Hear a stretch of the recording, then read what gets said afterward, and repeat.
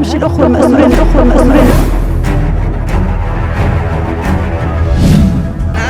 وينها بس طلعوا لنا الزلم وبس، والسلام عليكم.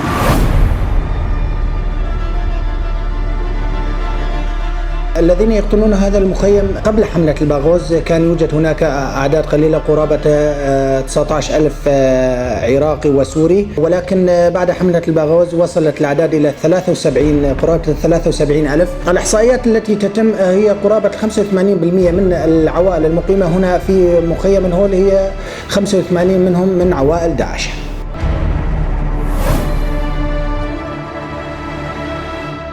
أهم شيء الأخوة المسؤولين. ليش أنا أسرتم أزواجنا؟ يعني هذا عقاب؟ بس طلعوا لنا الزلم وبس، أزواجنا الرجال بدنا الرجال يطلعون.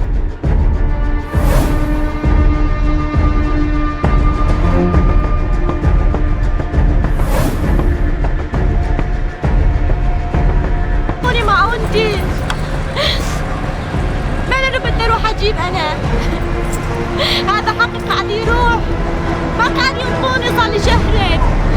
جابوا لنا مؤونة ما قاعد يفعلوا ينطوني إياها. ليش حقي قاعد يروح؟ أنا عندي 10 من العالم، ما بدي أروح أجيب لهم، ما ضل عندي شيء.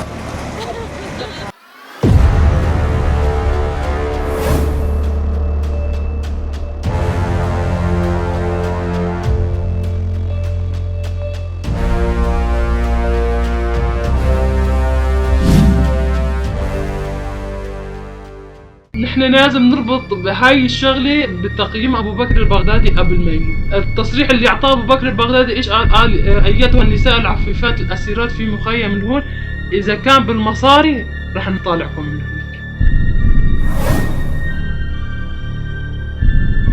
من عما صار هجوم على شمال شرق سوريا من ناحية الأتراك، تنظيم داعش والخلايا صارت كتير نشطة بالمخيم، لأن عمال تصير حالات اغتيال، حالات ضرب نساء، حالات ضرب رجال إذا كان بسكاكين إذا كان بالشاكوش، وهدول كلهم كانوا قبل أعضاء بين داعش عمال يتم تصفيتهم من خلال القرار اللي أعطاه الخليفة الجديد إبراهيم الهاشمي، وهو إنه تنظيف داعش.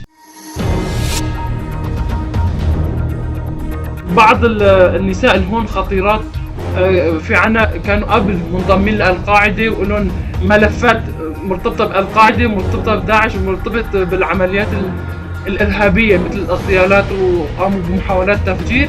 في عنا كان بعض السيدات وملفاتهم هون، بعض الداعشيات وملفاتهم هون. وحدة منهم كان اسمها فتيحة المجاطي، مغربية كانت منضمة لداعش وبنفس الوقت منضمة للقاعدة من 2004. بالأحداث اللي صارت بمخيم عين عيسى هي حاولت الهروب ووصلت لمبتغاها وهلا هي بتركيا. المخيم له كتير وسائل انه الانسان يهرب فيه. ليش؟ اول شيء ما في حدود حوالي المخيم، والمنظمات ما بتقبل انه نحن نسوي حدود، نحط حائط او نحط شغله يقول انه هذا مو حبس. هذا الاول. شغله ثانيه، اضاءه ليليه ما في. المخيم ما له مزود بالكاميرات. اغلبيه جرائم القتل والتهريب بتصير بعيده عن الكاميرات بعيده عن اماكن الحراسه. تم تقوية الجبهات بالأعضاء الأصايش واليافقة، فالعدد قليل مو مثل قبل كان في حراسة كتير مشددة للمخيم، كانوا أعضاء أصايش كتير بحيث إنه يغطوا من داخل المخيم وخارج المخيم. أما بعد ما صار الهجوم التركي هي صار فيها نقص. طرق من خلال الشبكة اللي حوالين المخيم، وفي عنا وديان، يعني في وادي حوالين المخيم، في منهم بيهربوا عن طريق الوديان، في منهم مسكناهم كانوا هربانين بالدركتور تبع الزبالة، في منهم كانوا حاطين حالهم بصهريج المي. وقت يطلع احنا لقينا بصهريج مي تقريبا 12 نساء داعشيات بالصهريج. وفي لهم طرق ثانية اللي نحن لسه يعني عم نشتغل عليها. هي بالاول بتصير عن طريق التليفونات وخلايا داعش. عندنا العراقيين والسوريين بيستعملوا التليفونات، والاجانب بيستعملوا التليفونات بشكل كتير سري، فبيتم التنظيم بين الثلاث اقسام، الاجانب والسوريين والعراقيين. بيكون خلية داعش اللي نائمة بالاخص، يعني برات المخيم في بعض المهربين عايدين لداعش وقبل كانوا اعضاء بين داعش بالحمد دير الزور وطبقة ورقة بهاي المناطق موجودين، وهن يعني عرب من جنسية عربية، بتم من خلالها بيتصلوا بخلية اللي موجودة بالمخيم، والخلية إذا كانت مرة أو زلمة ما في فرق، لأنه في بعض الخلايا النائمة لداعش هن النسوان. احنا بنعرف ألقينا القبض على خليتين كانوا هن المسؤولين عن رفع أعلام داعش بالمخيم، وخلايا نائمة لداعش، وهن اللي يوافونا بالمعلومات بعد ما ألقينا القبض عليهم. ما عندنا فلوس، منين نطلع تهريب؟ في منهم داعشيات اذا كانوا نساء او رجال، وقت اجوا على المخيم كانوا جايبين معاهم مصاري كتير كتير كتير من حملة هالجين والسوسة، فنحن القبض عليها بنحط لهم اياها بالمالية، فهم يتقاضوا كل شهر تقريبا $300. يا ريت تسوون لنا حل، يعني لو تخلونا نطلع، لو توفروا لنا كل الطلبات. ما عنده فلوس يشتري خضرة، منين يجيب فلوس تا يطلع برات المخيم؟ احنا لو عندنا فلوس احنا ما ضالين، شو نسوي ضالين يعني؟ ايش قد تسعيره برات المخيم؟ $5000. كم؟ $5000 نفر. علوانهم فاتحين لنا الباب وقايلين يلا يا اهل المخيم الهول، كل من يريد يمشي.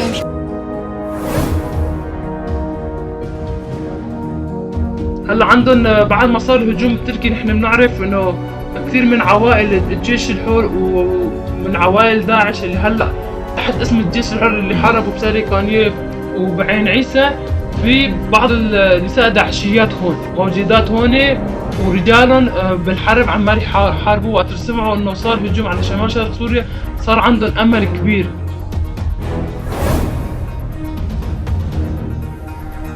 تاخذ اخبار او تشوف مين اللي عم يشتغل مين اللي ما عم يشتغل، لانه نحن هون كأعضاء كم مرة تعرضنا للضرب وتعرضنا للقتل، أعضاء الصيش تعرضوا لضرب سكين، وبنفس الوقت وقت يروحوا مشان الاعتقالات نعرف إنه مرة خطيرة رح لازم نجيبها نعتقلها، فكم مرة تعرضوا للضرب.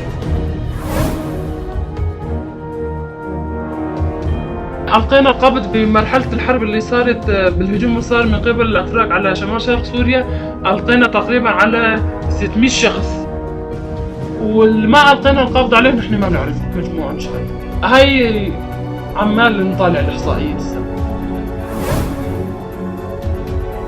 لأنه تنظيم داعش إذا بده واحد مهم من المخيم وبيعرف إنه هذا بيعطيه فايدة كتير كبيرة، فهو بياخذ التدابير اللازمة إنه بحيث ما يصيروا لهذا الشخص شيء. وفي طلبيات، نحن ألقينا القبض على لائحة أسماء قائمة جاية بأسماء الروسيات المتشددات اللي قبل كانوا أميرات بتنظيم الحزب، في أسماء وفي أسماء بالأتراك اللي عمال هلا يشتغل عليها تنظيم داعش.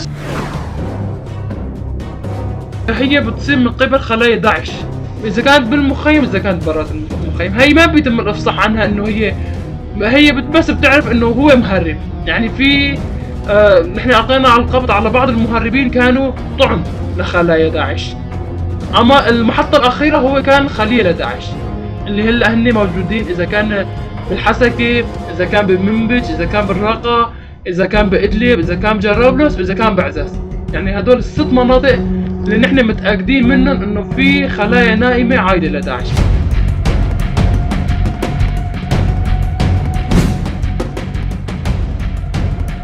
كنتوا بالباغوز؟ ما تهربوا؟ ما تحاولوا؟ ما يقدر شلون؟ واللي يقدر؟ اللي يقدر بس الماء واللي يدفع؟ والما هو باب هو هناك، والخيم هاي طرفت علينا، عالم طلعت وعالم هربت وعالم انهزمت وعالم وصلت على البيت. الاولاد فلوس ما ايش قد كلفت التهريب؟ يعني احنا 7 نفرات ايش قد تكلف؟ يلا قد على النفر؟ 25,000 ورقة دولار، يعني $2500. يعني ما عنده مين يجي؟ يعني $70 على مثلا على الستة. لا على الشخص. لا الشخص $25 ورقة. 25 ورقة. انتوا ما اعرف شو يعني 2500. ايه هاي ماكو فلوس، ماكو مبلغ، اللي يطلع تهريب ما يقول لحد. هو النفر ياخذون عليه 20 ورقة منسم ويلزم ويرد يرجع.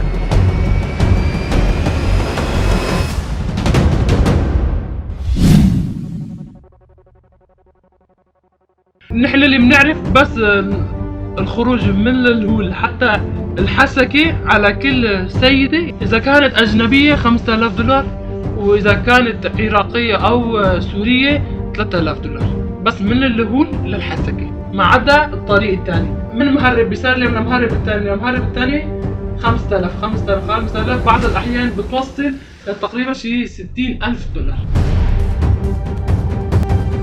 لم مركزان تترو الباجاري حسكي جدودة آگاهیش مرة هاتن دريا شافكانية مرة انه هنك جيني شتني داعش مخيمي هولي الربياني مجدريا آگاهية شافكانية ري ما قردنا مالي ناس كر ما مال تثبيت كر. المنبج يعني الحدود ما بيننا وما بين درع الفرات بيكون راح يعبروا الحدود ما بيننا مفجورة فيهم لغم او شيء وعرفناهم انه هن من الهور وجبناهم كمان على المخيم وتمت معالجتهم وتم التحقيق معهم وكيفية الهروب من اللي حاول وطلعت معنا هاي الشغلات اللي هلا انا بحكيتك فيها انه خلايا داعش النشطة خارج المخيم هي اللي عمالة تقوم بعمليات التهديد.